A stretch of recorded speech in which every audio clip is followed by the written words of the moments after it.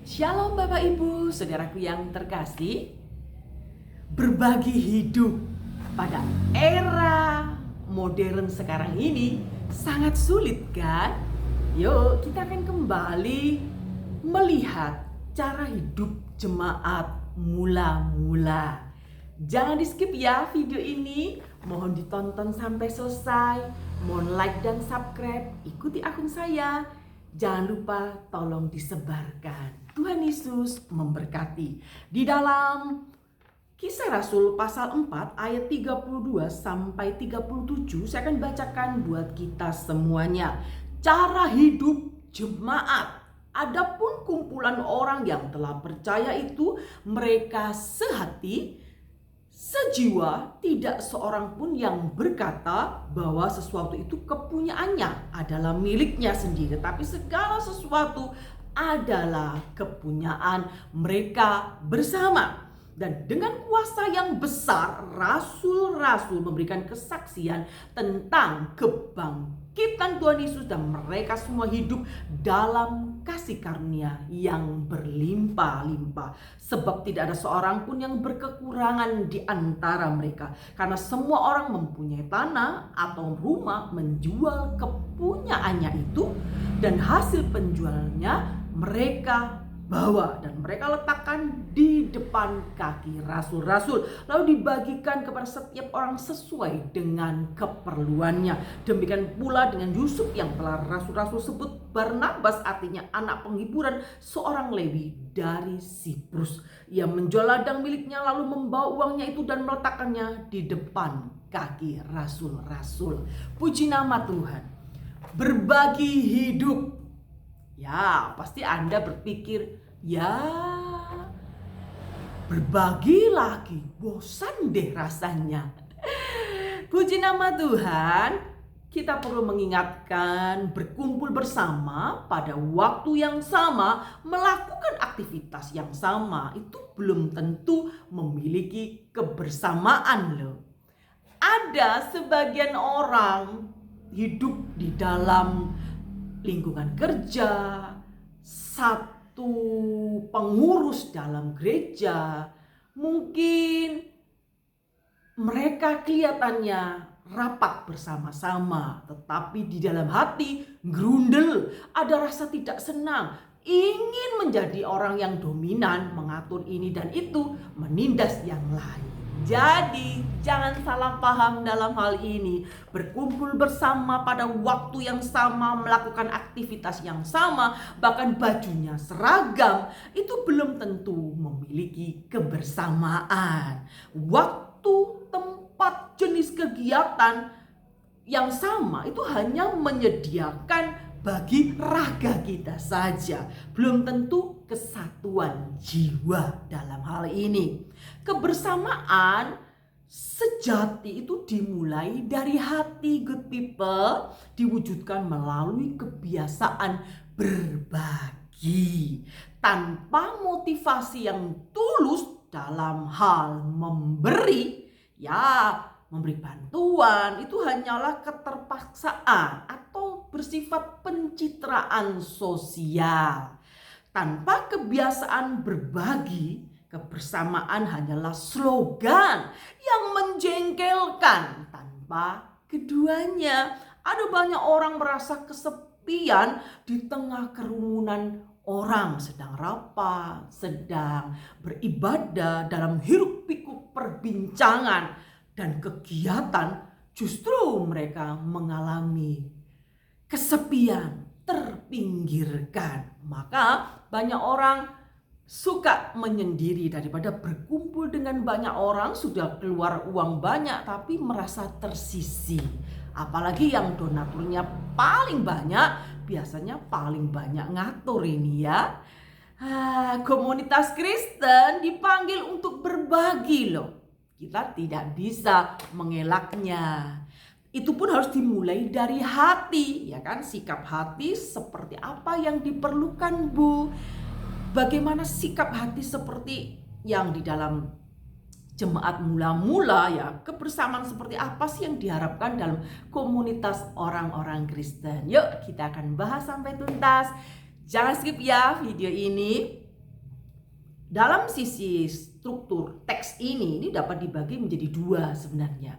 Ada fondasi dan aksi. Kalau fondasi itu di ayat 32 sampai 33. Kalau aksi itu berbicara tentang ya ayat 34 sampai 37. Aksi berbicara tentang wujud konkret dari kebersamaan tadi, ya kan? Kalau fondasi ini sesuai dengan ajaran rasul-rasul mengenai ajaran Yesus Kristus yang diajarkan tentunya.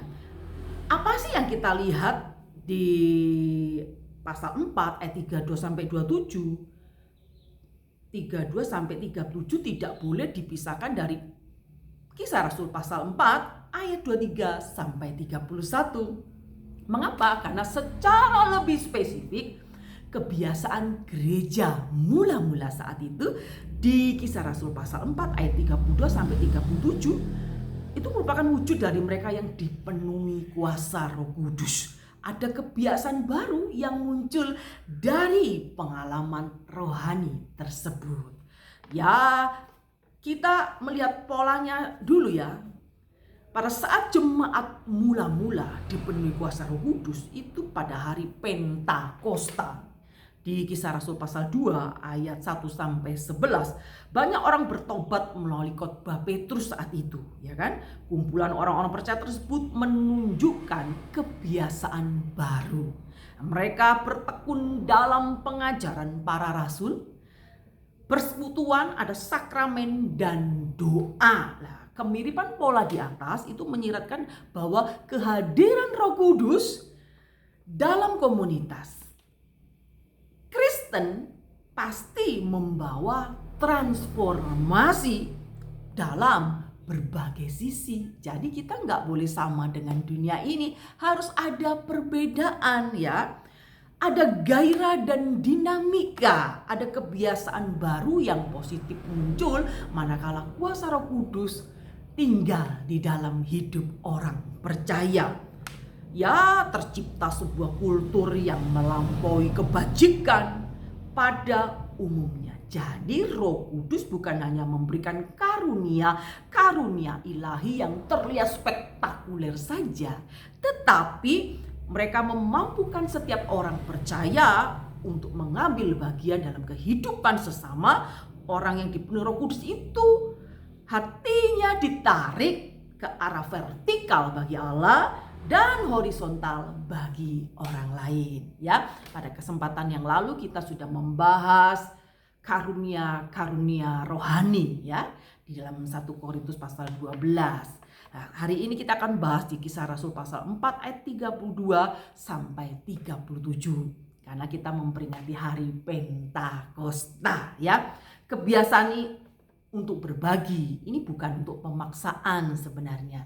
Tetapi banyak kali di gereja Tuhan itu suka memaksa ya, pakai ayat yang diperkosa sehingga jemaat merasa berdosa kalau tidak memberi. Ya, ini yang tidak boleh ya Bapak Ibu Saudaraku.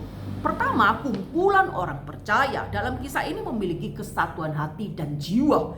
Kesatuan ini tampak menjadi salah satu ciri khas jemaat mula-mula. Di dalam Kristus kita memiliki kesamaan yang jauh melampaui perbedaan yang kita miliki. Ya, kita tinggal di dalam satu komunitas di sebuah gereja dengan latar belakang yang berbeda, dengan status sosial yang berbeda, dengan pola asuh yang berbeda, suku yang berbeda. Ya, pasti ada banyak yang memicu pertengkaran, kadangkala perbedaan itu. Tetapi sebagai anak Tuhan seharusnya kita memiliki kesamaan yang melampaui dari perbedaan itu. Kira-kira kesamaan kita itu apa ya? Ya, kita satu roh ya kan, satu pengharapan, satu Tuhan, satu iman, satu baptisan, satu Bapa. Nah, ini yang harus kita pegang. Kita memiliki kesamaan dalam hal itu. Jadi jangan sampai dengan beraneka ragam pola pikir manusia dalam lingkup komunitas gereja ini membuat kita bertengkar, tidak cocok. kita harus ingat kembali seperti jemaat mula-mula, mereka bersehati, satu jiwa, mereka bersepakat ya. Mereka memiliki pengajaran yang sama, satu roh, satu jiwa, satu pengharapan di dalam Tuhan Yesus Kristus ya. Tanpa intervensi Roh Kudus ya, jemaat mula-mula ini ya untuk memelihara kesatuan akan menjadi sulit ya, karena jumlah mereka terus bertambah dari 120 bisa 3000 terus dan sebagainya. Nah, demikian Roh Kudus memang berkarya melampaui kesulitan yang ada kala itu. Kedua, kita harus tahu teologi harus sama di satu gereja ya. Kumpulan orang percaya tidak hanya memiliki kesatuan hati, tapi mereka mempunyai kesatuan teologi yang mengadopsi pandangan yang sama. Dan tidak ada seorang pun yang mereka beranggapan bahwa sesuatu ini kepunyaannya mereka sendiri, tapi kepunyaan bersama ya. Apakah arti ayat di atas ini kita disuruh seperti masyarakat Qumran saat itu atau prinsip komunis yang selalu sama rata? Ya bukan ya. Di dalam kekristenan tidak mengajarkan itu. Pembacaan sekilas sudah cukup untuk menemukan perbedaan-perbedaan penting gaya hidup jemaat mula-mula dan masyarakat Qumran atau komunisme. Dalam hal ini tidak ada keharusan bagi jemaat mula-mula itu untuk menjual semua harta mereka loh ya, menyerahkan untuk kepentingan bersama. Enggak ada perintah yang mengharuskan ya. Sebagian jemaat itu memiliki rumah yang dijadikan tempat untuk beribadah secara bergantian. Nah, penekanan teks ini terletak pada ide tentang penata layang ya. Itu di sana kepemilikan apapun yang Allah berikan kepada mereka itu sebuah pemberian yang dikelola secara bersama-sama. Di sana diletakkan di kaki rasul-rasul, dikelola sesuai dengan kebutuhan. Dengan kesadaran para penata layan, jemaat mula-mula ini tidak berani mengeklaim bahwa itu kepunyaannya, itu sumbanganku. Enggak, semua milik bersama. Nah, yang ketiga yang perlu kita tahu, anugerah ilahi, sikap hati, teologi jemaat mula-mula tidak bisa dipisahkan dari Injil Yesus Kristus tentunya ya. Semua hal baik dimulai dari pemberitaan Injil, kematian dan kebangkitan Tuhan kita Yesus Kristus. Kuasa ilahi dalam pemberitaan Injil itu bukan hanya melalui mujizat saja ya. Kuasa ilahi juga dinyatakan melalui pencurahan anugerah ilahi ya. Pemberitaan Injil terus-menerus kepada jemaat mula-mula. Di sana mereka mulai hidup berlimpah-limpah kasih karunia. Bukan berarti kaya raya secara jasmani loh ya. Ingat Bapak Ibu, pemberian ilahi inilah yang mendorong mereka untuk berani memberi diri bagi orang lain. Jadi kasih karunia yang melimpah-limpah mengubah kita itu menjadi pribadi yang tidak kikir, tidak serakah, tidak sombong, tetapi memikirkan kepentingan orang lain. Tapi ingat, jangan selalu menjadi beban bagi sesamamu. Karena ada tipe orang tuh yang suka menjaga, gitu ya. Demikian pula orang percaya harus mencari dan menyelamatkan orang yang tidak punya apa-apa, ya kita bantu sesuai dengan kemampuan kita. Jadi kita tidak bisa memaksakan diri dalam hal ini. Kebenaran itu bertabrakan keras dengan berita yang banyak beredar di mimbar gereja hari-hari ini. Mengapa? Ya karena jemaat memang didorong untuk memberi, tetapi bukan melalui berita Injil. Mereka dimotivasi dengan janji-janji kenikmatan duniawi. Banyak memberi akan banyak berkat, semakin banyak memberi maka semakin kaya dan sebagainya.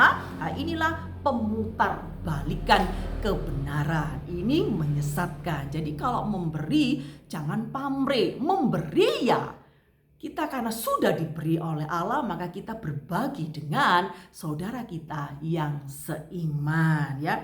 Kita memberi karena sudah diberkati, bukan untuk pamer, bukan untuk mendominasi di gereja, bukan sok ngatur pendeta di gereja.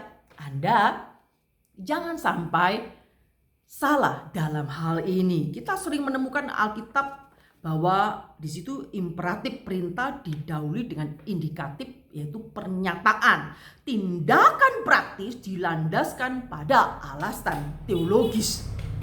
Apa yang kita lakukan itu didorong apa yang Allah sudah lakukan di dalam hidup kita. Pola itulah yang ditemukan di sini. Ada aksi bersumber dari hati kita, teologi dan anugerah ilahi ya.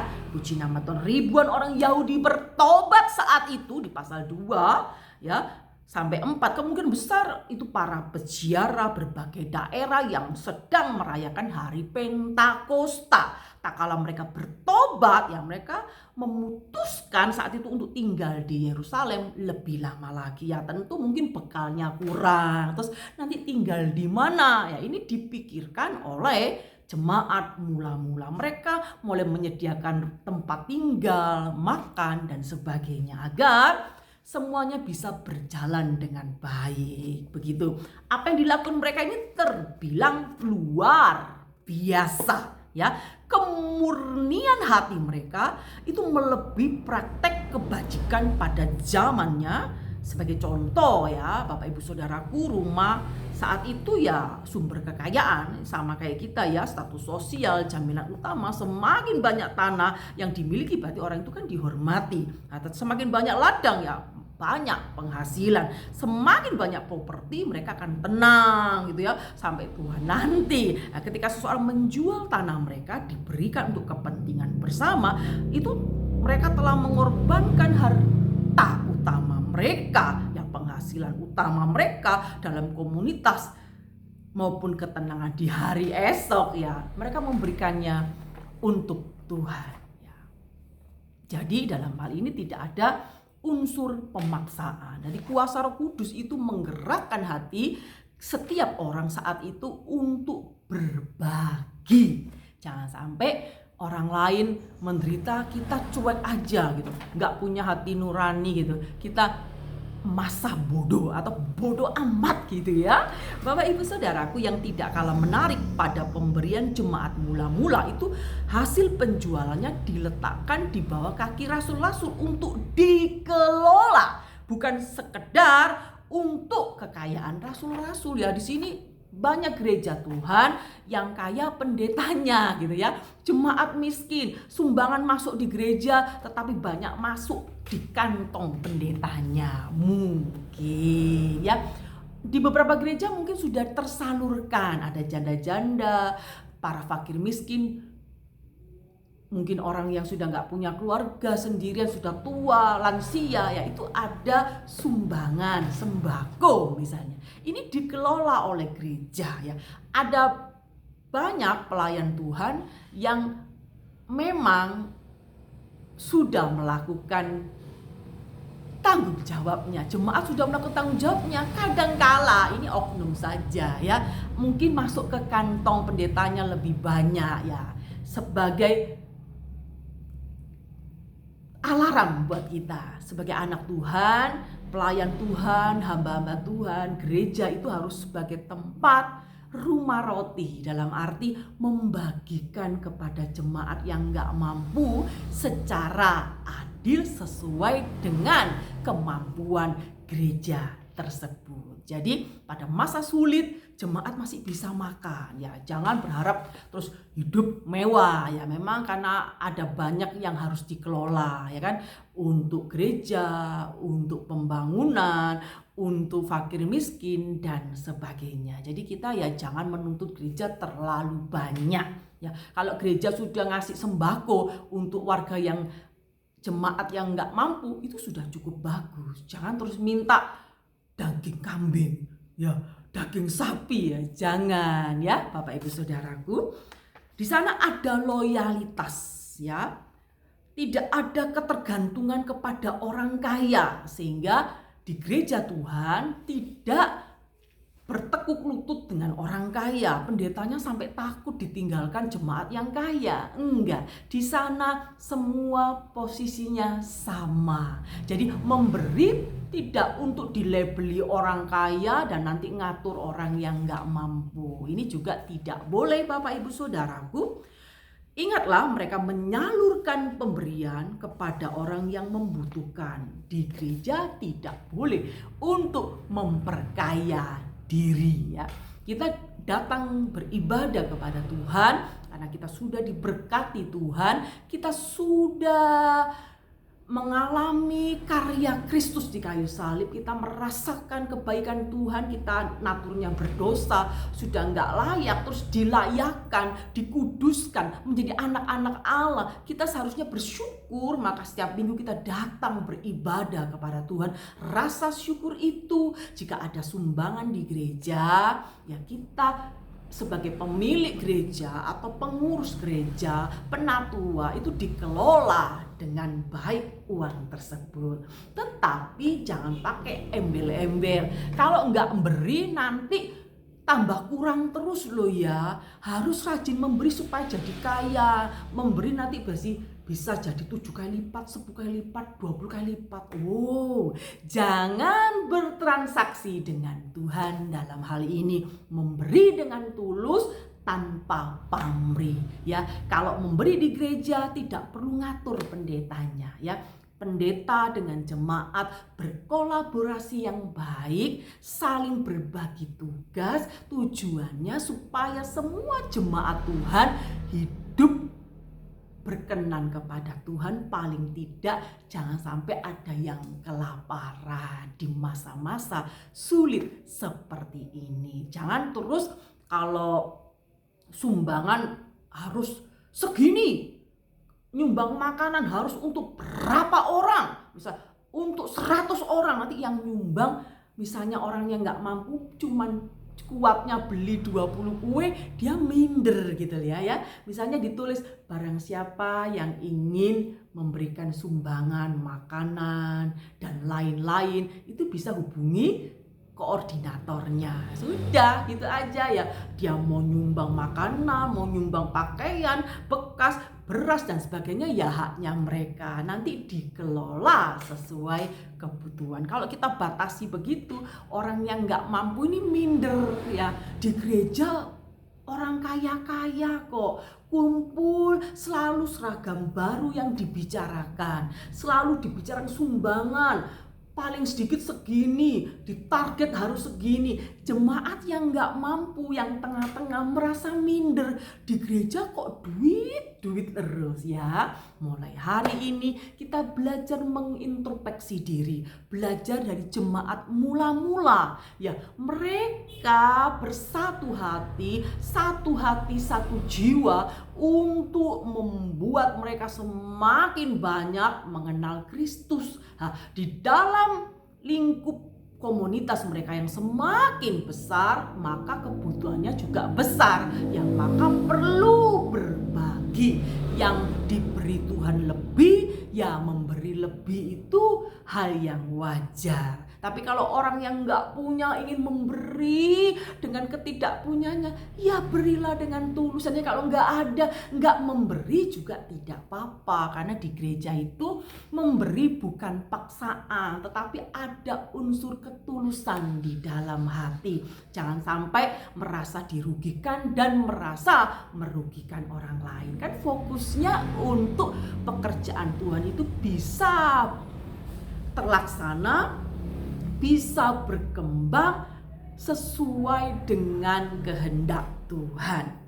Maka pada zaman-zaman sulit seperti ini, gereja ya jangan fokus dengan kegiatan-kegiatan yang sifatnya menghasilkan uang yang banyak. Misalnya membuat kegiatan targetnya 1.000 orang. Nah, misalnya jemaatnya cuman 300. Nah, ini kan otomatis dana yang dibutuhkan itu membengkak ya. Kalau memang cukup nggak masalah, tapi kalau memaksakan diri sehingga jemaat dipaksa dengan ayat-ayat, dipelintirlah ayat firman Tuhan itu supaya target terpenuhi. Ini yang Tuhan tidak berkenan dalam hal ini ya. Bapak Ibu Saudaraku, di gereja Tuhan harus belajar seperti jemaat mula-mula, saling berbagi, kebersamaan muncul dari hati yang dipenuhi Roh Kudus,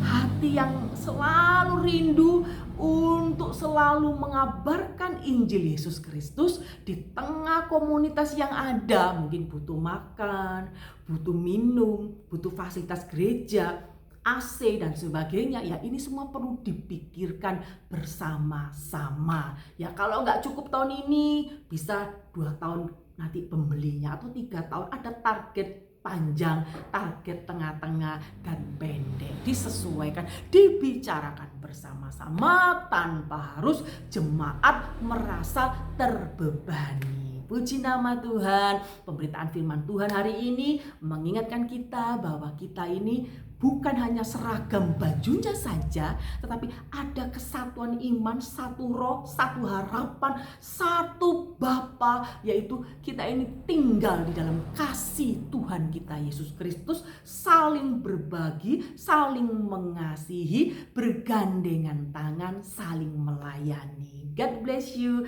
Tuhan memberkati kita semuanya. Selamat melayani.